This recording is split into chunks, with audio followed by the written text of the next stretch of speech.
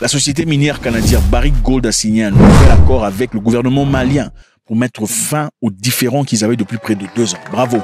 Félicitations, je pense que c'est très important de le dire. Total se retire du Burkina Faso. Comment ça? Après le Mali, le groupe pétrolier français Total se retire du Burkina Faso. En Afrique du Sud, les gens se plaignent. Ceux qui travaillent dur pour produire des vaccins aujourd'hui, malheureusement, sont en conditions très difficiles. Pourquoi les Africains ne peuvent pas produire leur propre histoire?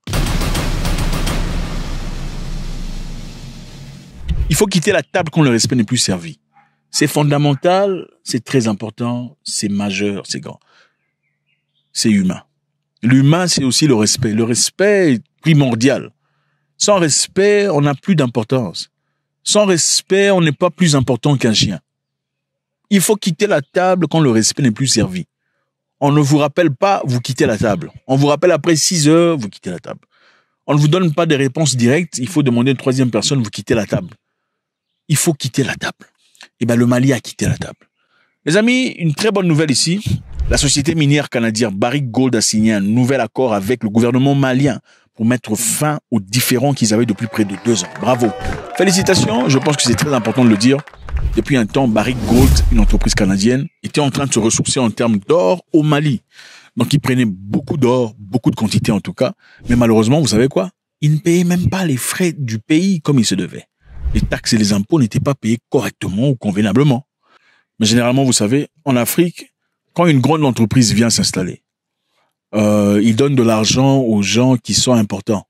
Le ministre, son adjoint, quelques gens, quelques généraux ici et là, et c'est tout.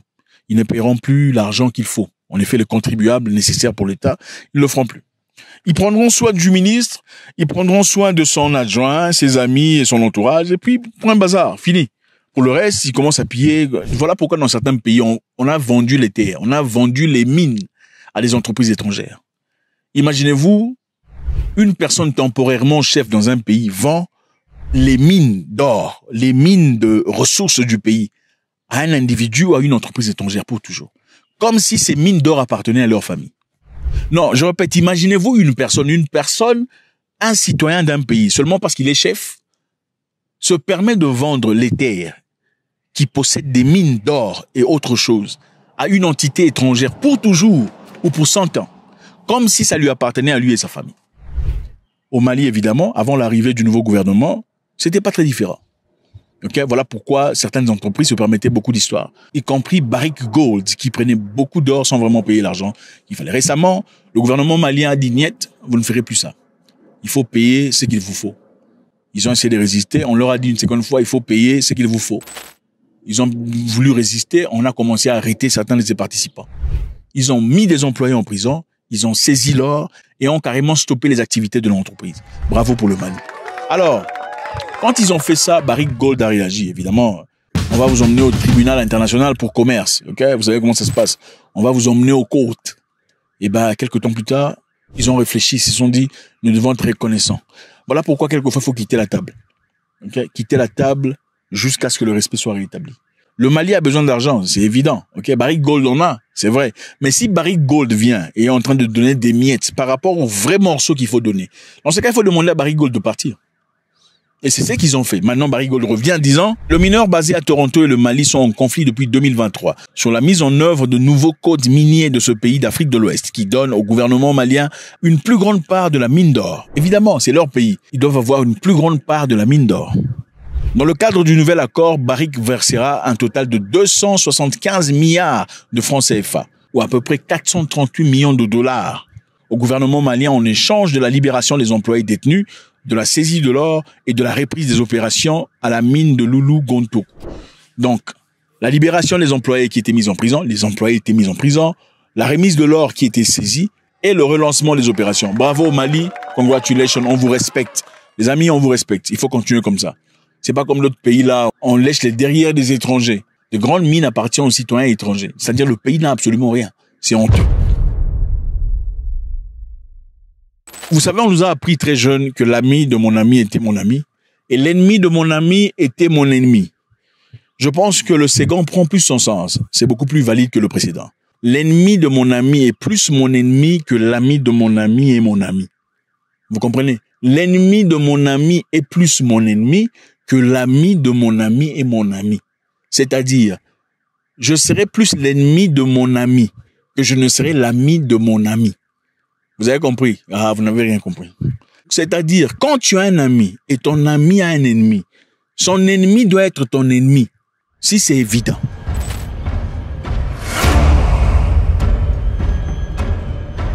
Total se retire du Burkina Faso.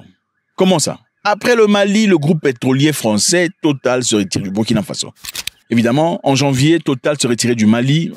Mardi 18 février, le groupe pétrolier français a confirmé son départ du Burkina Faso après 70 ans.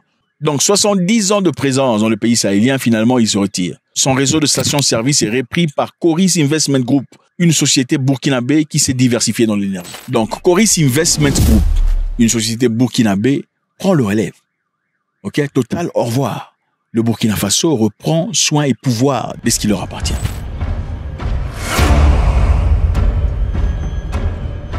Et maintenant, on va en Afrique du Sud. Les amis, en Afrique du Sud, des choses chaudes se passent. En effet, Donald Trump avait décidé de couper l'aide et à beaucoup d'autres pays d'ailleurs. Pourquoi? L'objectif, c'était de revoir la politique étrangère américaine et ceux qui soutiennent la politique étrangère américaine.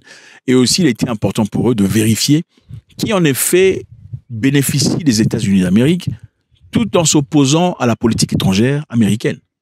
Je pense que ça a tout son sens, n'est-ce pas? Je ne donnerai pas mon argent à une personne qui est clairement contre moi. Vous ne le ferez pas non plus. La preuve, c'est dans le pudding. La fois dernière, les Américains voulaient que le monde vote contre la Russie dans son débat contre l'Ukraine. La grande majorité d'Africains n'ont pas répondu à l'appel des États-Unis d'Amérique. Et ils ont réalisé qu'ils faisaient beaucoup de pertes en réalité. Alors Donald Trump pense que c'est absolument malade et fou d'envoyer de l'argent en Afrique et à d'autres pays d'ailleurs qui ne soutiennent pas leur politique étrangère, même si elle peut être très carnivore. Alors, Trump a arrêté d'envoyer de l'argent en Afrique du Sud, à travers USAID. USAID est un programme qui aide beaucoup d'Africains de pouvoir se faire traiter en ce qui concerne des maladies difficiles, par exemple. L'Afrique du Sud bénéficie, à travers l'USAID, des médicaments antirétroviraux. L'Afrique du Sud, je vous rappelle, c'est le pays qui a le plus de nombre de personnes atteintes du VIH dans le monde. Ils en ont à peu près 8 millions, dans une population de 40 millions à peu près. Incroyable. 8 millions de personnes. C'est beaucoup. Alors, à travers USAID, les antirétros, ça permet à beaucoup de personnes de vivre plus ou moins une vie normale. Donald Trump a arrêté temporairement l'envoi des médicaments, l'envoi des projets, l'envoi de tout le monde. Et l'Afrique du Sud est en train de sentir cette pression. Go to the clinic. Yeah. It's closed. What happened? The USAID funding has been frozen, so they're closing down clinics. And how come? Because I was using preps from here, I do all my blood tests here. But I haven't been here for like almost 2 months. How do you feel that you found it shut? It's funny. It's very funny. I don't know what to do. Serious. What will I do? There's nothing. No? It's fine. Thanks. Maintenant, l'USAID en Afrique du Sud, c'est pas seulement le programme des antirétrovirales. Il y a aussi un programme de recherche, c'est-à-dire recherche pour trouver des vaccins, recherche pour trouver des cures, soutien des familles affectées. L'Afrique du Sud est actuellement en train de faire des recherches sur le vaccin contre le VIH. Et ce groupe de personnes principalement noires sont très affectées par cette frappe de Trump. Par exemple, la technicienne de laboratoire sud-africaine Nozipho Mlotshwa attendait les résultats du test du vaccin qu'elles ont créé, elle et ses collègues, quand Trump a décidé de stopper l'aide à l'Afrique du Sud. Alors, quels sont ces vaccins? La première série de vaccins qu'elle et ses collègues ont fabriqués à Johannesburg ont produit une réponse immunitaire chez les lapins. Vous entendez? Les vaccins fabriqués par des Noirs sud-africains ont produit des réponses immunitaires chez des lapins. C'est-à-dire les lapins ont créé une immunité contre le virus du VIH en Afrique du Sud. Ceci évidemment était prometteur, mais non concluant. Il fallait peaufiner, arranger, améliorer, essayer d'envoyer d'autres formules dans l'objectif de voir s'il y a possibilité de créer un vaccin contre le VIH, fabriqué par des Noirs sud-africains. Mais elle se plaint disant désormais les échantillons de sang animal contenant les résultats restent intacts dans des congélateurs.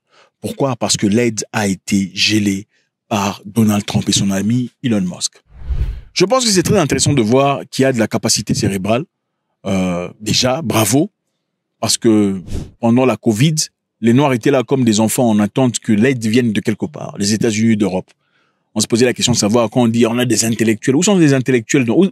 En 2020, où étaient les intellectuels noirs pour fabriquer des vaccins africains pour les Africains? Parce qu'évidemment, beaucoup d'Africains refusaient de prendre le vaccin. C'était principalement parce qu'on avait peur, n'est-ce pas? On disait on a peur, on veut éliminer les Noirs. N'est-ce pas? Il y a même l'ancien président zambien qui a décidé de demander à ce qu'on leur envoie des échantillons de vaccins pour que la Zambie fasse ses propres recherches, voit le contenu de vaccins avant de les attribuer ou d'autoriser sa distribution auprès de la population zambienne. C'était pourquoi? C'est parce qu'on avait peur. Où étaient les scientifiques et chercheurs africains à cette époque pour faire des vaccins? Point d'interrogation. Alors, l'Afrique du Sud s'est démarquée jusque-là, comme elle le fait toujours, en ayant des équipes de gens qui font des travaux énormes pour trouver des vaccins contre cette maladie difficile. Et là, leur travail est complètement stoppé.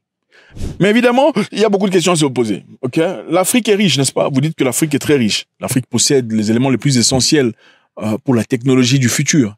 Alors, comment ça se fait que l'Afrique n'a pas assez d'argent pour donner à ses enfants pour qu'ils fabriquent des vaccins dans des maladies que eux-mêmes vivent de chaque jour? Pourquoi l'Africain a besoin que l'aide vienne de Trump pour trouver des solutions aux problèmes de l'Africain, pendant que l'Africain prétend avoir tout ce qu'il y a dans le monde, tout ce qu'il y a de précieux? C'est absolument malade. Pourquoi y a-t-il pas d'investissement, en tout cas sur le plan financier, pour permettre aux Africains de développer ce qu'ils ont à développer pour leur survie? Est-ce qu'on peut vraiment se plaindre vis-à-vis de Trump, disant c'est un raciste? Est-il vraiment raciste? Point d'interrogation. Mais est-ce que c'est sa responsabilité de prendre soin de vos vies? Absolument pas. Est-ce qu'il est obligé de vous envoyer USAID? Absolument pas. Et ce n'est pas seulement l'Afrique du Sud, parce que la grande majorité des pays africains reçoivent de 150 à 300 millions de dollars chaque année. Chaque pays africain, de 150 à 300 millions de dollars, reçoivent chaque année des États-Unis d'Amérique en forme de USAID. Généralement, on s'en sert pour manger. C'est cet argent que les gens des ONG achètent des grandes maisons avec, des grosses voitures. Ah oui, c'est l'argent des Américains. Alors les Américains, puisque vous ne votez pas pour eux, puisque leur politique étrangère n'est pas soutenue par les Noirs, ils vont retirer leur argent. C'est une perte.